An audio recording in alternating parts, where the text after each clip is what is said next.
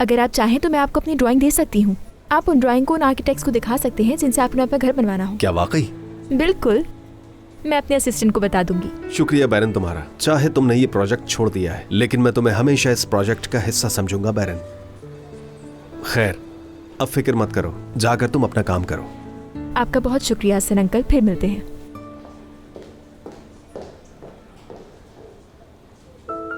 ये सब कुछ सादिया की वजह से हुआ है। उसी के कहने पर बैरन ने ये सब कुछ किया होगा।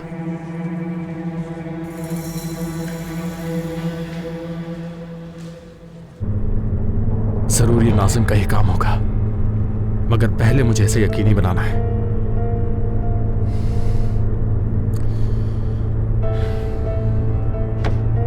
आतिफ के मसले पर पहले करीम साहब से बात कर लेता हूं मैं।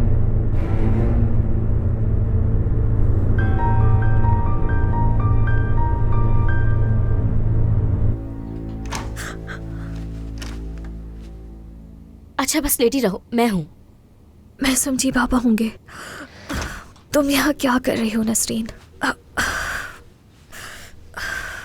अम्मी ने बताया मुझे कि आतिफ ने क्या किया तुम्हारे साथ। मैंने कितनी कॉल्स की तुम्हें, तुम्हारी फिक्र हो रही थी मुझे। मैं ठीक नहीं हूँ नसरीन। मेरा सर जोर से जमीन पे टकराया था।